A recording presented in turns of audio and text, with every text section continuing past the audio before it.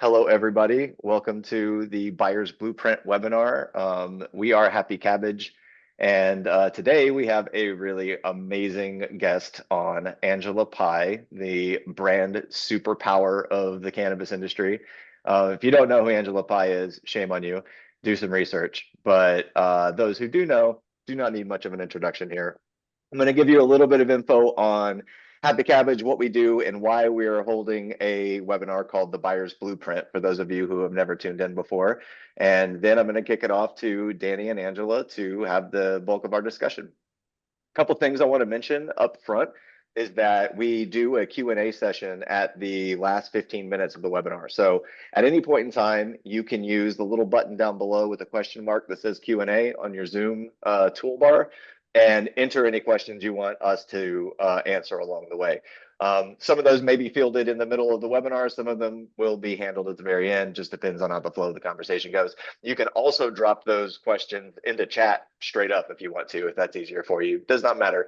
We might also hit you with a poll or two along the way, so just keep an eye out for that so you can fill in some answers for there. Might help guide the discussion a little bit extra. And I'm going to share my screen real quick to give you a little insight as to what we're doing here at Happy Cabbage, as well as what we're talking about when it relates to retail buyers. There we go. So at Happy Cabbage, we make retail cannabis ordering easy. Really, the idea here is we obsess every single day about the role of the retail buyer. Like, we think about all of the problems they have, all the challenges they have, and how we can possibly get them out of their spreadsheets and into some tools that give them very fast insights, help them get the job done as quickly as possible, helping them accomplish menu planning, reordering with their brands, inventory budgeting, so on and so forth. We have been able to make a significant amount of impact so far because, to be quite frank, we're the only inventory tool that has been built specifically just for retail cannabis buyers. Like, we obsess and focus on that lane entirely. And in that time that we have been working with retail cannabis buyers, we've helped them free up $150,000 per store over the course of 3 months just by doing overstock reduction. Like, by reordering through the tool and having AI insights on the POS data coming through the system, sell-through rates, demand, all of these things are being taken into account, and we're helping them reduce overstock and save a ton of time doing it because spreadsheets, quite frankly, take forever to work within. A couple other things we've been able to help them do is reduce overall SKU count. A lot of that money being freed up is coming out of overstock SKUs, and we've helped reduce that days on hand supply by 17 days or 40%, right? So that's really bringing down reordering windows and bringing down total SKUs by 11%, many of them which are slow moving, right? So really trimming down the fat, helping people operate more efficiently, more lean, and have a lot more cash flow available along the way. We have a lot of really great testimonials and case studies from some of the companies we've helped, some of which are single stores, some of which go up to 20 plus stores across multiple states. And in fact, the bigger the operation, the more stores you have, the bigger this problem becomes, the more your inaccuracy becomes costly. And so we can make a real impact with everyone in that sort of middle to large market, especially. Check out our website because we've got more case studies there that you can read from our customers directly. We're integrated into all of the top POSs, Dutchy Blaze, Meadow Trees, and Flow Hub as of 2 months ago. So if you're on any of these POS systems, good luck. Congratulations. You can actually benefit from our tool as well. And just to wrap all that up, our buyer's tool is available for 14 days for free using your live store data. No contract requirement. There's no commitment to pay required. You can, for 2 weeks, use our tool, run actual reorders through our tool, start reducing SKUs right away, saving money right away. It will have paid for itself for your entire year by the time you're done with those 14 days. And if you don't like us, all good. We can shake hands and say we're friends, and everything is great. Last but not least, you may have seen the news yesterday. It was announced that Alpine IQ acquired our marketing tool, Happy Marketers. Prior to this point, Happy Cabbage has been known for happy buyers and happy marketers, both of our tool sets. And we've decided to really hone our focus entirely on happy buyers. This is where we see our biggest opportunity as a company to succeed. This is where we're making the biggest impact with retailers right now. And so we're really happy to put happy marketers into better hands and just say, you guys run with this. This is what you're doing. We're in a world where multi-channel marketing is a necessity for a lot of retailers, and those options are available at AIQ now. We are going to be 100% focused as a company on improving the role of retail buyers through happy buyers. So let's kick it off. This is going to be a really cool conversation because this is the first time we've had one of our buyers blueprints discussions with somebody who represents the brand side. So for those who are not familiar with Angela's background, she's represented some of the biggest brands in cannabis over the course of the last 10 plus years. I don't know what that tenure has looked like, Angela, but we're talking Papa and Barkley, we're talking CannaCraft, right? Like we're talking really big names that have had to sell into thousands of retail doors. And so we've talked a lot about what the retail buyer is experiencing. Today, we're going to focus a little bit more on the relationship between the brand and the retail buyer and some of those challenges and how they can be overcome. Again, Q&A, don't forget, and I'm going to kick it off now to Angela and Danny. Hi, Angela. Hey, thanks for having me. We used to get to talk every week, every other day. I know we used to talk all the time, Now we get like really months. recognizing that the importance of bud tender education, Yep. from your prior life Yep. as founder of Zoltrain. We love Zoltrain. We had Zoltrain on every single one of our core brands at CannaCraft, and I think we won some awards for that too, which is Won some awards. If I was in my normal downstairs office, which does not have as good lighting or as many plants, I would have that Clio award behind me. It's still proudly on display. For those that don't on the call, myself and a few of the Happy Cabbage team members came over via acquisition from a bud tender training platform. So I spent the first 5-ish years in this industry working on the brand side. You probably know us all on the retail side. But as Brad mentioned, like completely excited to have Angela here, who I've had the honor of working with for years. But retail buyers have to buy from somebody, and that person is a brand. So it's obviously a key part of the supply chain here. We're excited to get your perspective from some of those largest brands. Brad mentioned the Papa and Barkley. We worked together on CannaCraft on a number of brand launches. There were a lot of brands. But also we had some conversations when I was at State House. Yep, and then State House after that. And Dime Bag, Fuzzies, Smokies, so those brands. Education is core, and focusing on bud tenders being on the front line of that acquisition. And we talk about it all the time. A consumer could be 100% predisposed to walking into a dispensary to buy a particular product and walk out with something completely different.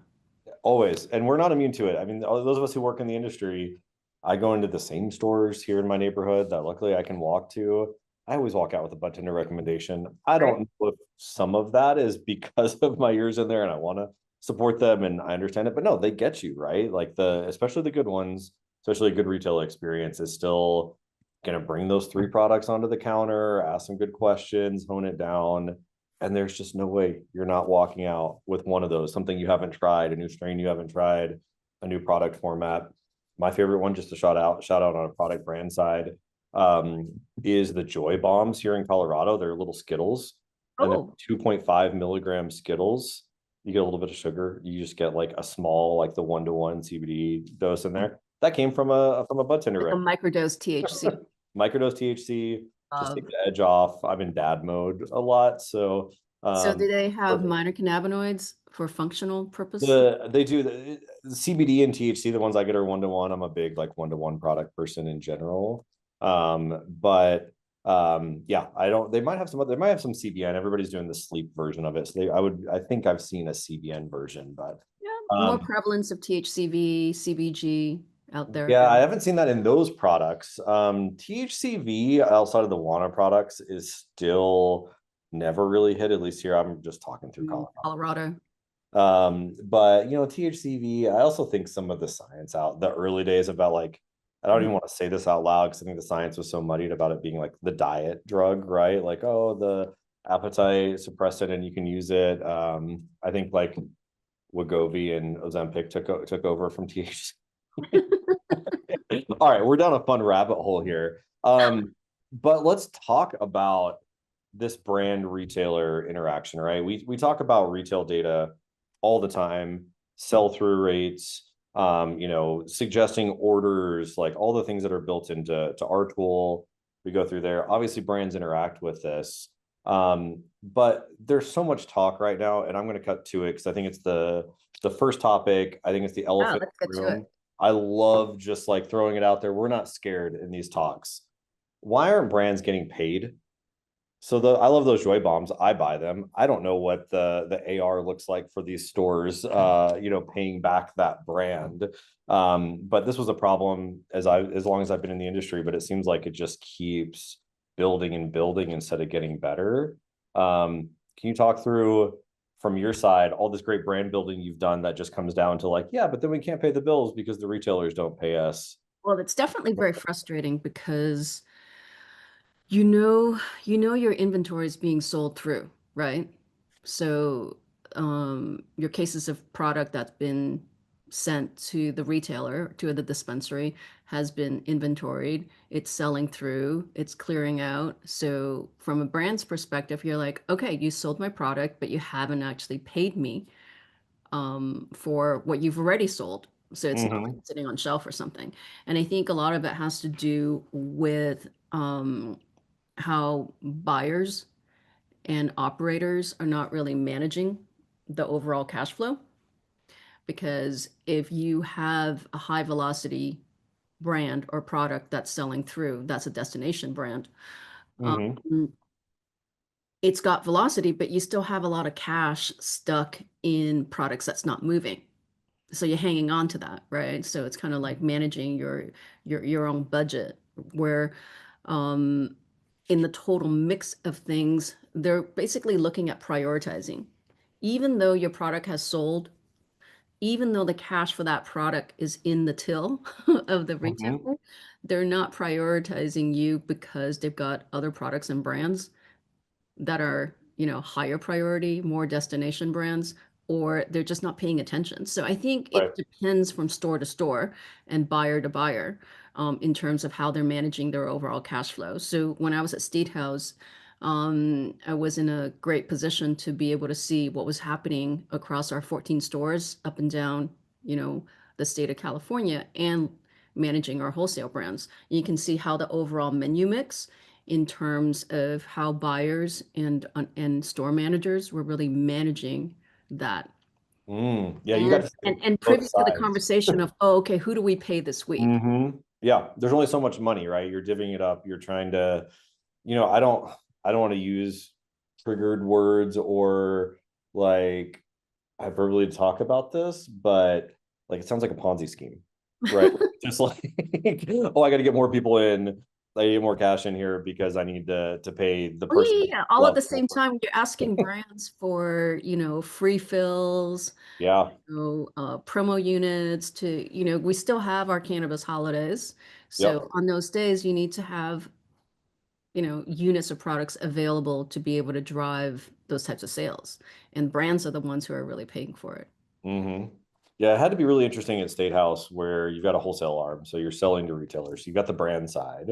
And you've got the State House side. You've got 14 retail stores. So you're watching them. And then you start to really probably push that empathy through about, hey, how would we like it if a brand treated us like this? Should we treat these other brands like this? But the reality is if there's only so much money in the bank, right? That's right. You're prioritizing the brands with the products that have the traffic that's driving the traffic. Because as you know, with retailers, it's all about traffic and acquiring new customers. What's your overall basket size? What's the frequency of purchase? So that comes down to your and my favorite word, which is data. Yep. And I think, we talk about this a lot, but we'll talk about it until it's solved, I guess. We'll just keep repeating the same things. You talk about, okay, if it was in a pure utopia, right? we're turning over all of our inventory every 14 days. It's someone you could pay everybody, right? Like you'd be fine if you were always turning it over and you always had the cash and there wasn't anything sitting on the shelf. That's Well, not actually not, because I okay. want even if you're clearing through that inventory, what's your margin? You know, Okay. what's your promo and discount strategy? Right. If you're BOGOing it to clear it out in 14 days, then your margin is 0. And then There's no you cap. still have Yeah. operating expenses that you need to cover, right? And you've Yep. probably got aging AR. So you may think about current inventory that's selling through on a daily basis, and you've got the AR from 3 months, 6 months ago that you're clearing out. So you're kind of looking at your overall list of who do I need to pay in order to keep the foot traffic coming in on a daily basis. Now, brands don't necessarily see that. They just see that their product got sold. Yeah. Well, there's a lot we could do on transparency with brands, you know, and any other industry, brands have a lot more insight into run rates, days on hand on shelves, like all of that data, right, isn't protected like it is in this industry. We've done some work there, and I know there's a lot of people that are dabbling in like vendor managed inventory. I personally think Still it's a little piecemeal. early Still for that. piecemeal. Yeah, and it's just like you can't get that full picture. There's some interesting shared responsibility here, right? Which is always something getting to work on both sides as you've gotten to work on both sides. I do think you develop that empathy and you start to be like, can we come to the table and just like sort this out so we can grow a Oh, healthier. I used to get daily text messages from my friends on the brand side who are like, "Hey, Ange, can you help us get paid?" Yeah, yeah. It's like that's not what I want to be doing for my job. Like, but everybody's got to survive. So two core problem. We talk about why brands aren't getting paid. Two things I've heard here are one is aging inventory, right? Yep. It's the fact that you spent this money 3 months ago and it didn't move. Um, I'd like to dive into that because I think that's an interesting shared responsibility about why that didn't move, like what happened there in that entire purchasing decision, in that entire merchandising decision, in the bud tender training, which you had, right? There's so much to do to sell a product. And when you talk about how busy and fragmented everybody is in this industry about like what likely got dropped in there, right? Was it just a bad decision? Is it just not a good product, or was it not merchandised correctly? So you've got age inventory, which we can roll into. And then you have also just margins, right? Like what does this product actually sell at? That one's interesting. We just rolled out some functionality, and we're not going to make this call all about our tool, but I'm obviously gonna call back to it because we add these things because brands want to see it, retail buyers want to see it. We've rolled a lot of functionality on focusing on profit. It's just dollars contributed to the bank account from Yes. you, from a brand, right? And we put it under our inventory health tab because it is inventory health. It's as important a KPI as aged inventory because it's what you pay your bills out of. Like this is what goes back into the bank account. So you've hit on a few things. There's the aging inventory. Mhm. And one of the operative words you had mentioned is sold into the store, right? Mhm. But just because you've inventoried into a store doesn't mean you got paid. So it's not necessarily sold, Right. because now that becomes Yeah, from the brand payable. perspective, yeah. Right. From a brand perspective, that becomes a payable that you're waiting for, right? Mhm. And people who are deciding on promos, discounts, markdowns aren't necessarily looking at the overall margin. I mean, just today I opened up a dispensary email communication that said store-wide 30% off until June 30th. And I'm thinking, okay, today Oh, is June 25th. So yeah, there's going to be 5 days of 30% off store-wide, site-wide. So I actually screenshot that email, sent it to the CFO and said, "Are you liquidating? What's going on?" yeah, Because if you're giving away 30% off, yeah. there's just no strategy in that. That means No, somebody's not digging into their data. They're not looking at, if I'm promoting my aging inventory, because if you're doing 30%, you're basically, it doesn't matter whether the product on shelf came in last week right. or 3 months ago, you're treating it all the same. So when Yeah, you're looking at your inventory from an aging standpoint, there's no prioritization. yeah. So when you look Yeah. at perishables like flour, you don't want to sell flour that's older than 90 days. I I think it should be sooner than that, but But you know what I mean? You know, yeah, like no, you're exactly right. so You're, within your data set, there should be, your 14, 30, 45, 60-day trigger that kind of Mhm. gives you those notification and says, hey, this is like aging really, really fast. So you better be doing something about it. But if that product is still actually promoted at the same Yeah, percentage as, the fresh batch that came in last week, how does that make sense? And I think that yeah, also touches on something that you and I feel very passionate about, and that is the lack of MSRP. So right, from yeah. a consumer's perspective, if I'm shopping deals, there's no sense of what is this product worth? What is this brand worth? If it's $30 here, but it's $45 there, and when I wait for that 30% Yep. discount is Yeah, it's BOGO'd every Friday. bucks. So what is the actual price, Yeah, right? what is it worth? What is it Yeah. worth? And I think There's a it makes brand it I really, loved really here. challenging from a brand's perspective because we have suggested pricing for a retailer, but if it's heavily discounted, that impacts on the brand value. Hmm. And how does it stack up with your competitors within the same category? And then on the flip side, it erodes the margins that are already thin, right? Like if you're doing a 30% to sell, like so there's a brand here that I loved, an early Colorado brand that was always BOGO'd at least one store at any given moment.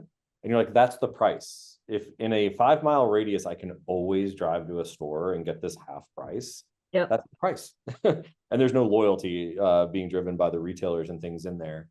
I want to this idea of the blanket discount. One thing that I just hit on that I haven't really thought about from the brand side, and I haven't thought about on the retail side, um, that might be wild, and it's probably not possible in most point of sales. But understanding the data, we look at retail data all the time, right? Yep. The hierarchy of retail data is interesting because you've got in our industry, and because of metric and these things, you got a product, you got a SKU, Yep. right? That SKU has multiple packages. These are like the inventory. I'm like nerding out in here, but Cases. this case that came in, this case that came in, this case Yep. that this could have shared batches. We won't get into batches. We got multiple packages that you brought Yes. in on different dates. So your aging is based on those packages. From what I understand, at least my experience is you can't even set, let's just say I have some aging product in this SKU. What I'd Yep. actually want to do is discount that package. I want to Correct. discount only the units that are older than 45 days or older than 60 days. I don't even That's think the right. point of sales let you do that. You have to do this because it's all at the SKU in the catalog. So you would have to, that's like Well, bud tenders goes that back to something that you talked about or Brad talked about at the intro, and that is really having the insight, the prioritization of your inventory. And the only way to be able to do that is, full familiarity of Mhm. what you have in inventory and Yeah, clarity in terms of, what you have, when did it come in, what's the aging, and having the strategy yeah. of how to move it through your store. Yeah, I think this has come up in a couple of discussions, and I love talking about shared responsibility because I think there's more responsibility that needs to be shared. I think as the industry continues to level up, and the people that run really strong operations are the ones that are picking up licenses from those that are less fortunate, and maybe through things they control. And we also know a lot of things we can't control in this industry, just rolling with the punches, who Sure. those survivors are. But when you talk about these triggers like these 14, 30, 69, I love that. I've seen it on the retail side. You're talking about on the brand side. I want to poke a little bit about where this responsibility lies, because I don't think there's an agreement between the brand and the retailer about whose responsibility things are, which means, as you run businesses, we do these things, which means it's nobody's responsibility is getting dropped on the floor. Well, that's an We can agree on. important point because who's responsible for paying attention to that? A Yeah. sales rep sells in the order. Mm-hmm. He puts it through to, I don't know, their distro. It gets shipped and delivered to the dispensary. Mm-hmm. You know, Yeah. the end of the month or end of the quarter, they get their commission, and they're keeping their eye on, what's going on because it's 100% relationship business. But from the point that it's inventoried, are they Are they paying attention to how it's selling through? Are they taking their weekly calls with the buyers and following up? Because they're hunters, right? Yeah. And do they even have the data? This gets into this like Well, data I would transparency. actually say the companies that I've worked for have Mhm. the data, and it Okay. comes down to the training of Okay. putting it in terms of accountability that you Yeah. need to, pay attention to sell through. You need to pay Yep. attention to what's going on at your stores. And then there are, data platforms that allow you to see your inventory, Yeah. whether it's, headset bridge or it's pistol data, you can see the velocity, but um, still, you have to put the work in to find Yeah. information. And And you have to have an SOP. that's where not everybody's a data-driven person and will and have the time to actually go in and pull all of that information to take action. Now, if there was I don't know, someone within the sales ops that's in a strategy or data insights type level who's giving out those actions on a daily Mhm. basis and saying, hey, we just scrubbed where your account sets are. It looks like you're low here. It looks like our competitors are empty. So it's a good time to go out there and push our cases. Somebody in that role would be great Yeah. in terms of providing direction and insights to a sales team. I think you're hitting on, something we come across a lot in this industry, which is we need these roles, but for all the reasons we're talking about, brands not getting paid, margins being thin, the headcount, And right? counts low, There's yeah. cannot definitely not now. You cannot add the headcount. We just assume AI is going to take it all over, right? Uh, we're definitely Somebody deploying. has to build it, use it, and Yeah, teach yeah. us how to use it too. We're building a lot of it. You just have to get the usage of it. The shared responsibility of that is interesting because you want the brand to have the data and look at it. Um, on the retail side, sometimes we hear things that concern me a little bit with like margin protection. I'll throw that out there. I'm not saying don't do margin protection. I'm not saying it's important conversations, but sometimes it's like kicking the can of it's, I almost hear it as I don't have to worry about the sell through or what happens because the brand will just pay me back if it doesn't move.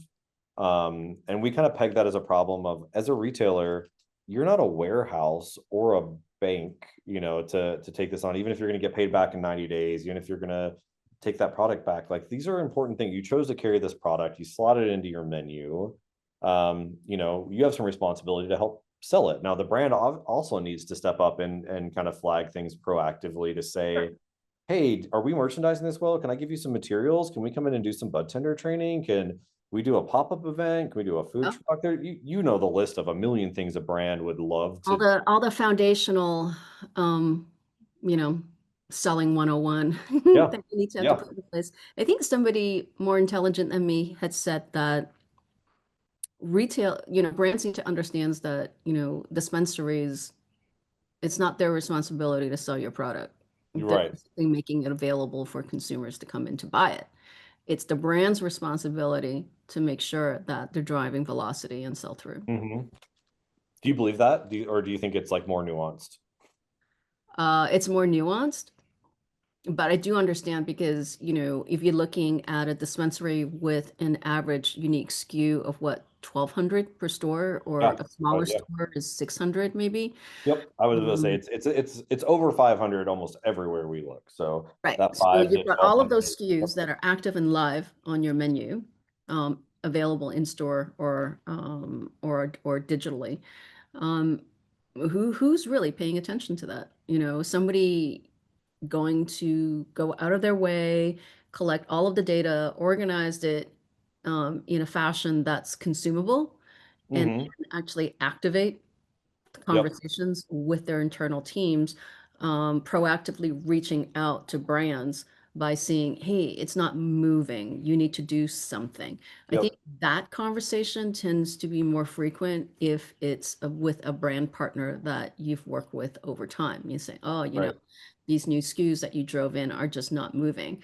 Or they kind of look at it, oh, like, never mind, we'll just promote it out at the end of the month That's with. that's the problem. Yeah. I see us fall through to that and I see it too far down the line. When I say I see it, literally I mean in the data, like in the aged inventory buckets, and then in what happens on credits on the next invoice that comes on. Like we get to see this all in the supply chain and how this interaction is happening from a real dollar standpoint. Sure. Which is like a black and white way to look at it, but it's the most important, right? Like I Right. think So it goes back to your original question, why are brands not getting paid?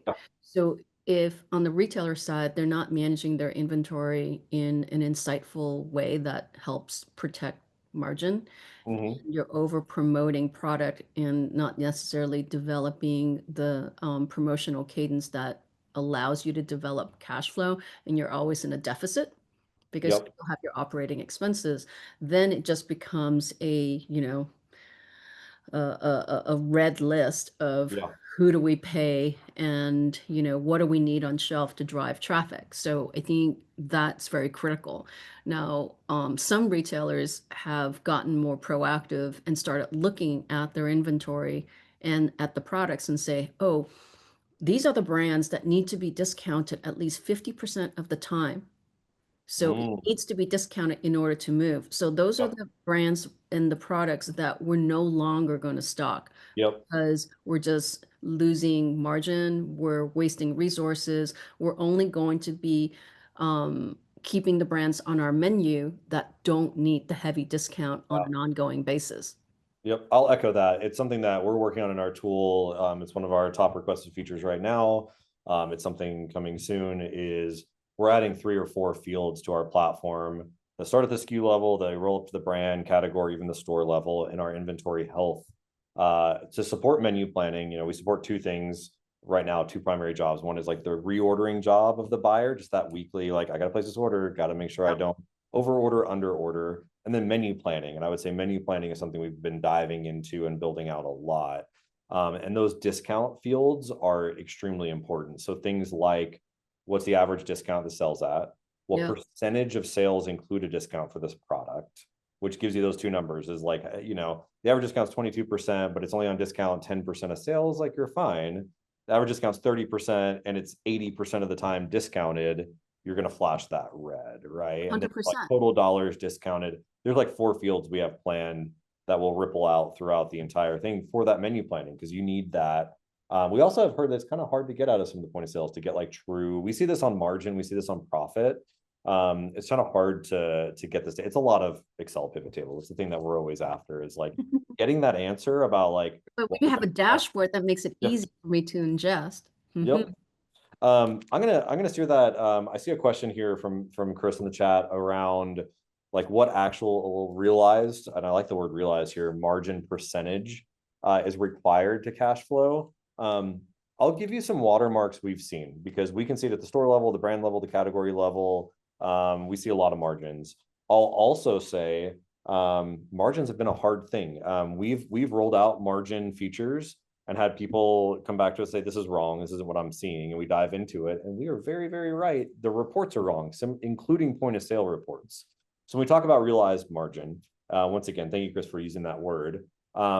We're stripping out the discounts. You never saw those dollars. And we're taking off tax because you just pay that right back. So that is not a realized margin. The realized margin is, you know, the dollars that you paid for this or the dollars that you got from this minus the dollars you paid from it. That's the real margin. You strip out discounts, you strip out tax, you do all that work.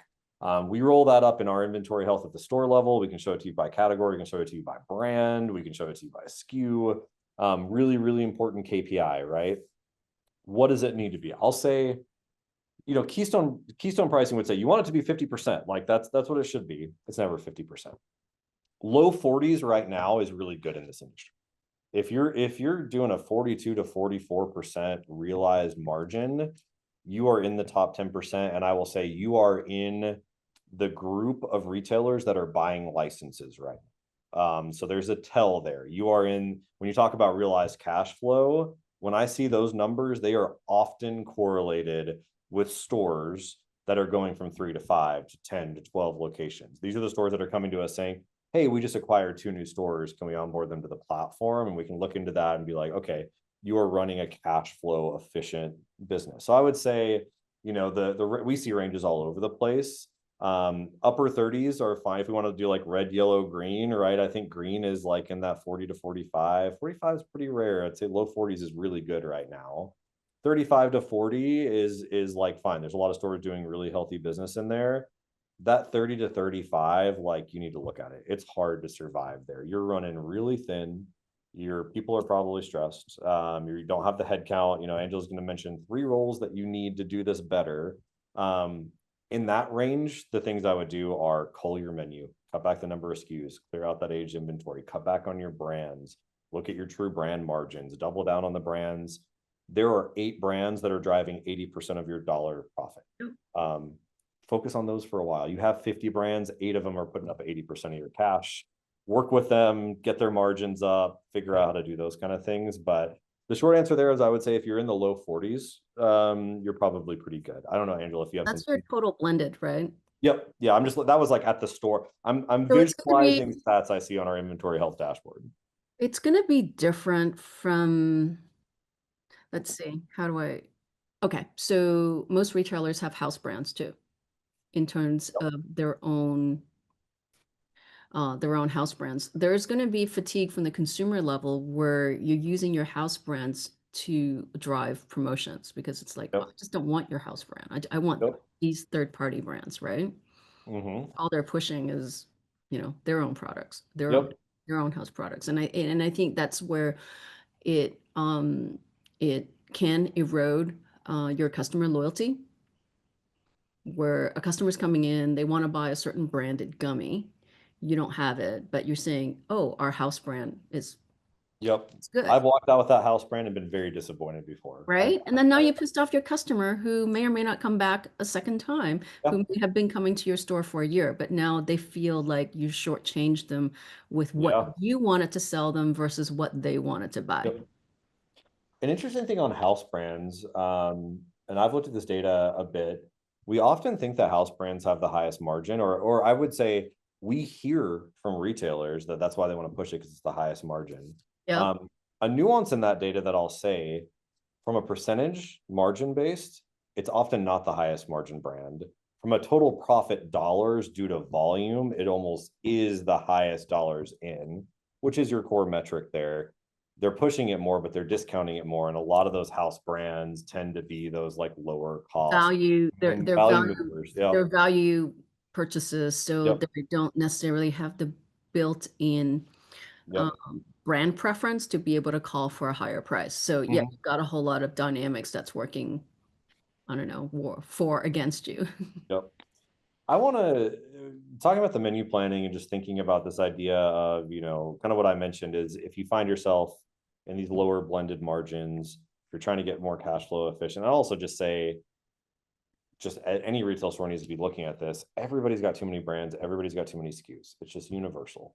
From a brand, there's an interesting tension there. You're a brand builder, right?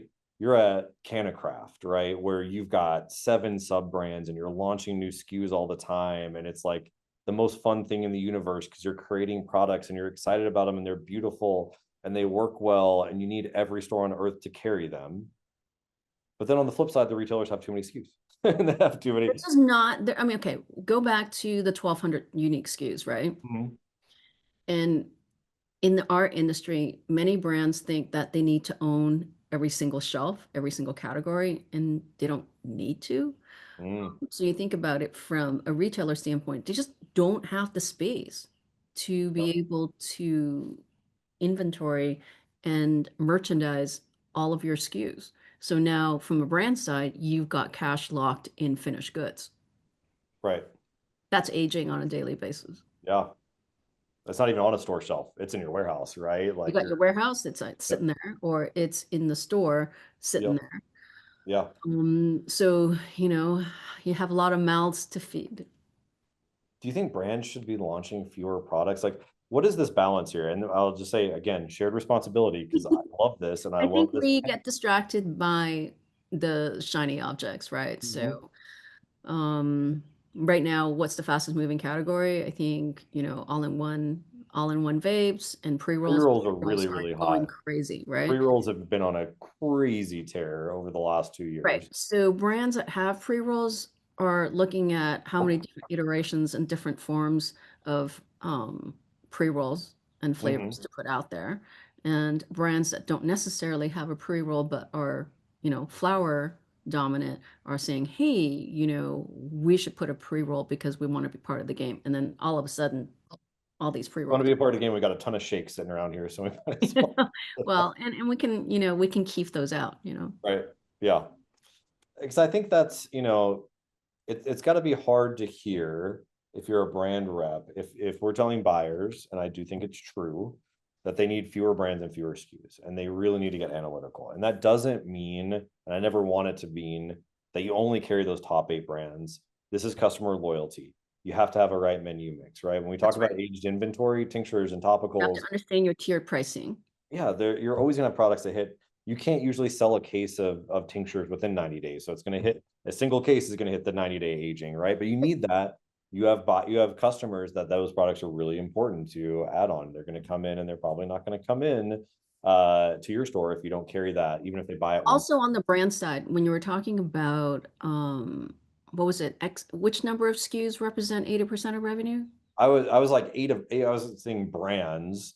Something I see a lot of is like 8 brands represent about 80% of the revenue. So it's same on the brand side, where let's say you have 100 SKUs, 20% of your SKUs actually drive 80% of the revenue. So what are you doing about that 80% of your, under or less performing SKUs? Like, do you, talking to founders and operators or, head of product, do you need those SKUs? Yeah.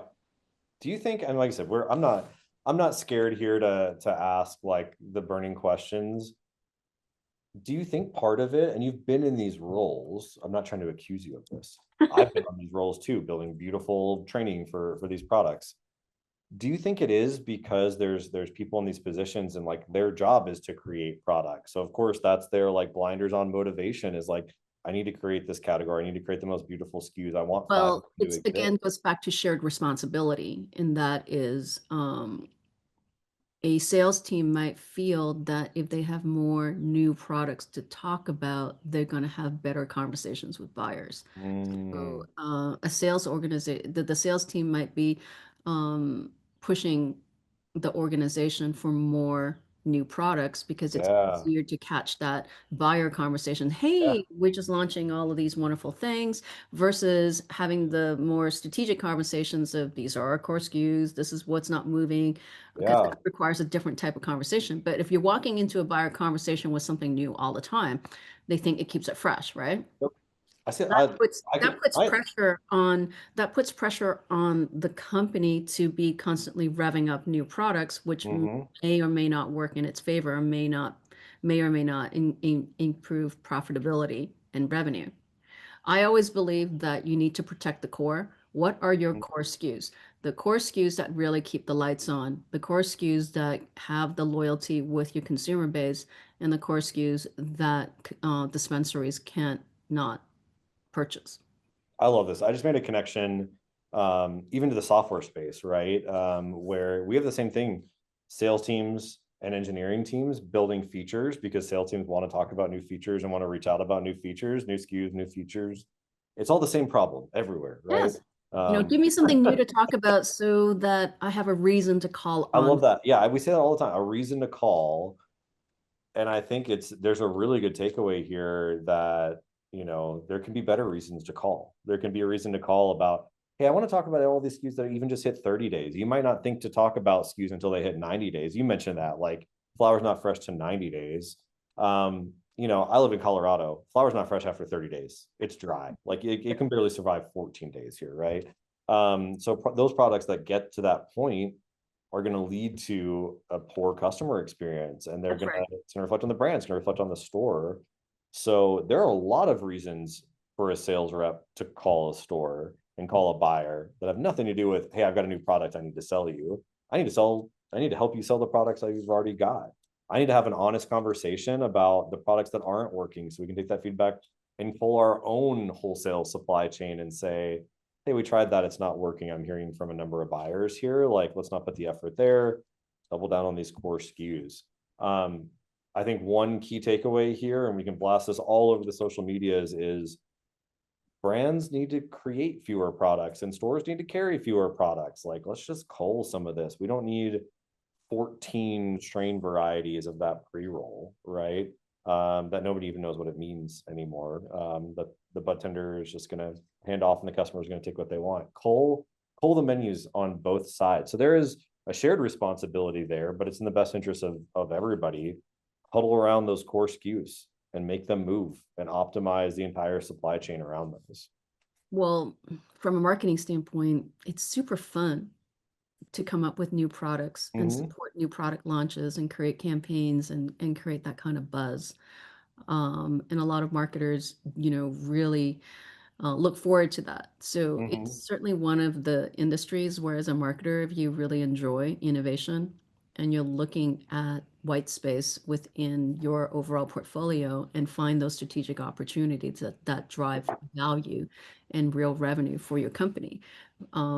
So if you take that excitement and hone it in on launching the right product that's going to fit your portfolio at the right time and supporting it well, I think, from a marketing standpoint, you have a much better chance of really helping your company grow. So one of the instance or an example I would mention is in the early days when I was when my early days at State House, its brand portfolio across 6 brands is probably weighs heavier on pre-rolls and less on, say, vapes. And, a few years ago, we were really seeing the growth and the velocity of all-in-ones. The brands within a portfolio didn't necessarily have a great, offering of all-in-one vapes. So even as a marketer, but I was in the position of driving innovation at that time as well, kind of went through a full analysis, made some recommendations to leadership, and got an alignment on creating a whole new line of all-in-one for one of the brands. And that launch remains to be one of the most successful launches in the last 3 years. And it's still, paying millions in terms of revenue to the company. So we're not saying never make a new product. No, but it's almost like being strategic about where is the market, where's your portfolio, where are you underrepresented in terms of its proportion of revenue compared to those category relevant proportions within the industry, and looking for that velocity and making a choice. Not like, hey, this is really moving fast. Let's build more of Pre-rolls are hot. They're also But overstocked. what is the context? What is the opportunity? How do you price it? Now, I have to say, well, we had the added advantage of launching it into our 14 stores first. So we could completely control the go-to-market, the bud tender sampling, the bud tender education, driving the program. So we could see the velocity even going within our own stores and supporting it properly because we managed it and controlled it. Even before it hit third-party dispensaries. I really like, and I think it rings so true because of the roles you've been in. You've been in the CMO role, not just in cannabis, outside of cannabis, but also through cannabis. So this has been your job, and this has been, it's fun to build brands and win awards and be an award-winning marketer. But there's a lot of responsibility on not getting your own, like, not being motivated by what I would just call vanity metrics, like a product launches of any, and it's exciting. You're going to celebrate that. I would never tell people not to celebrate a product launch, right? But it doesn't matter if it doesn't follow through and it doesn't lead to sales and it's not a brand that's built that continues to generate revenue and long tail for years. Those are expensive, right? That product creation is expensive. Like having the marketing Think about all the packaging that's gone into your entire supply chain, your hardware, your the cost of finished goods that's stuck. As you know, I was on it's cannabis, the street team to sell it. All of that. As I have 2 decades of agency experience even before taking on the hot seat of being on the client side as the marketer. Where as the agency, we get to come up with great campaigns and creative and ideas, but we don't necessarily sit in the hot seat as the client of if it doesn't work, then what? Mhm.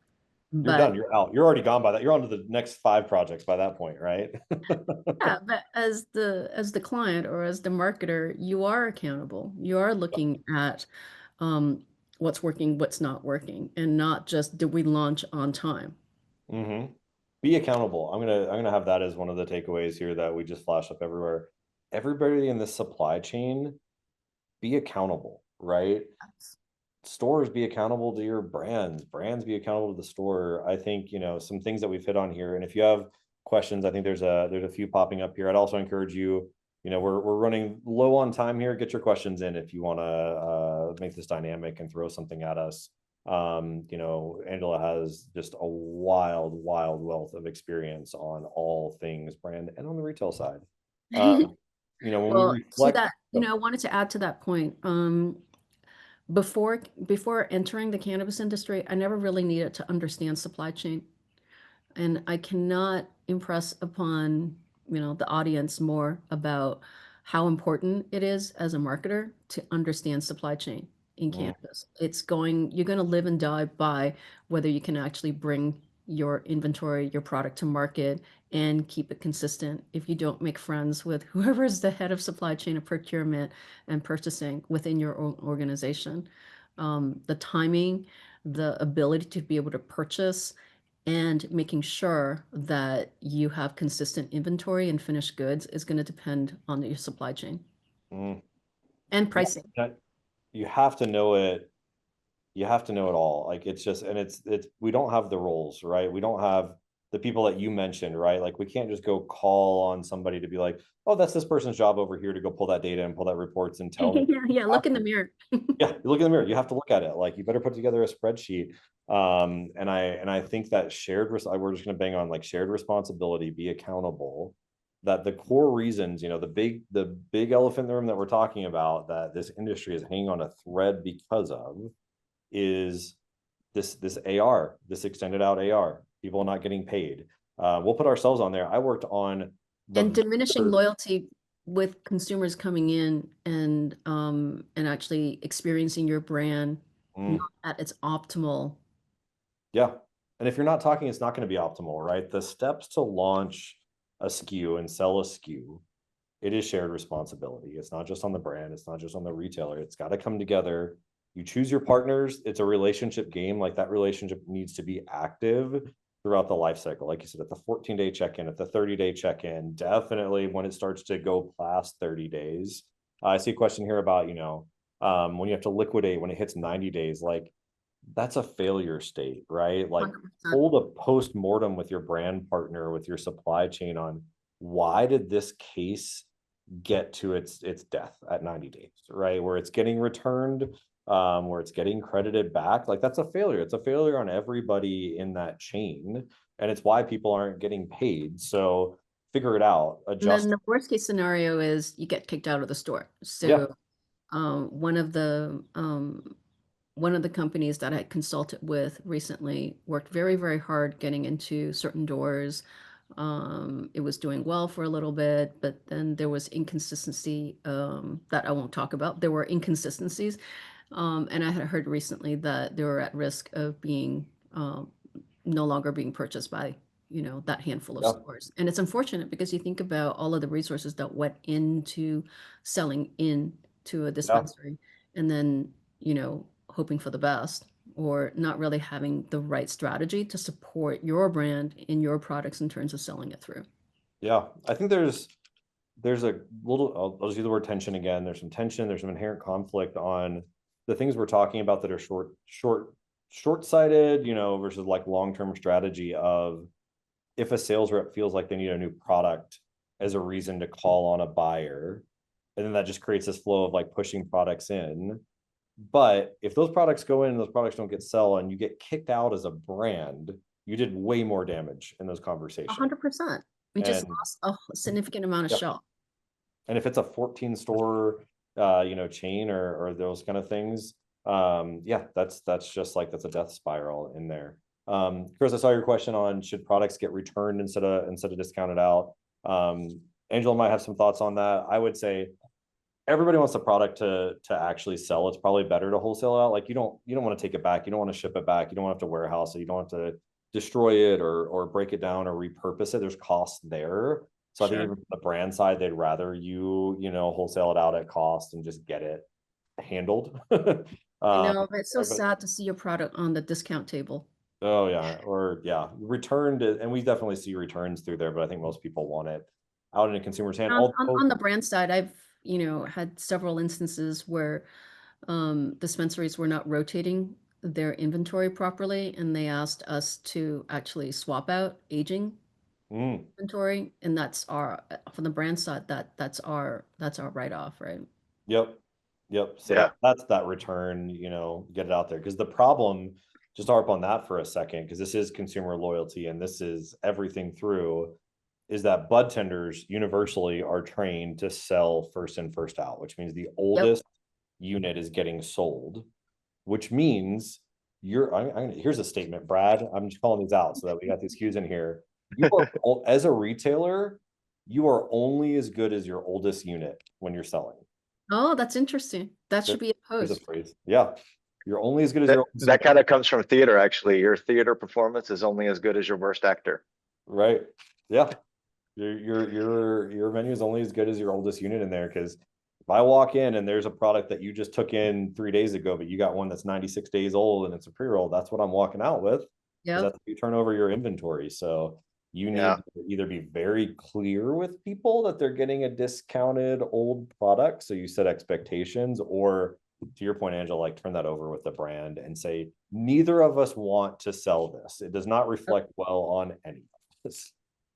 I actually want to tie a couple points together real quick because I think this is kind of interesting. But I was polling the audience as we were doing this webinar, and I polled both brands and retailers to ask them some questions about what are some of their biggest challenges, what would they fix. And what was interesting is there's, and you guys have talked about this tension throughout this webinar. There's this like brands want to sell more than the retailers are asking for. That's their biggest challenge. And retailers don't want to carry as much quantity from brands. Like both of these two seem irreconcilable, right? If you just take the data points on face value. But when you, in previous conversations, especially in this conversation, we find that a lot of the like brand and retailer relationship is best suited when it is focused on the relationship and building that relationship rather than just managing to the data, right? Like retailers want to spend less time in spreadsheets. We hear this often. And they want to spend more time actually engaging with brands and seeing what they can come up with collaboratively with brands. And brands are out here like, how do we sell more? How do we create new shiny objects? We have reasons to talk to them. Like, how do we get in front of them with something new? And the lesson seems to be, just kind of leave this up for you guys to crunch on, seems to be it's still a relationship game. This is a community. We have to support each other. We have to come to the table collaboratively, right? Rather than just jumping to the idea of discounting old inventory before it even gets old, brands can be creative. It's not just about selling new SKUs or trying to sell, or coming up with what is the new idea that's going to get me in front of them, rather than focusing on the relationship. For sure, because I would actually say, dimensionalize more of what the store needs or more of everything, right? I think a brand needs to understand the consumer base of the dispensary as well as the dispensary's buyers. You can kind of go, okay, this is my portfolio of brands. We've got different pricing tiers, we've got different, product form factors, but specifically for those stores, in those communities, the proper menu mix should be XYZ. So I'm going to give you and support you by promoting and selling in the products that are right for your menu mix for that particular location. But that comes down to data and really understanding what is the right menu mix, what is the consumer want for that store, and then giving them more of what helps them and not just more of everything. I think, just to kind of put a bow on that, like doing the things that are in service of the relationship. Because when we talk about tension, we talk about shared responsibility, like we just say it all the time, but do we think about what it means that this is a relationship business? All businesses are relationship businesses, but more so than ever, right? You're going in person to sell in, like these are relationships, which means you have to understand what this relationship needs. And it means, you know, like all relationships, they're going to get out of balance, but like, you better constantly be trying to do this, right? You better be correcting and finding that balance point and doing what is in service of that relationship, because both of you need that relationship to thrive. If that 100%. relationship is better, you're good. Yeah. 100%. I mean, it's like, you know, if you have tools to help you solve for the data problems, you can spend more of that time on the relationship.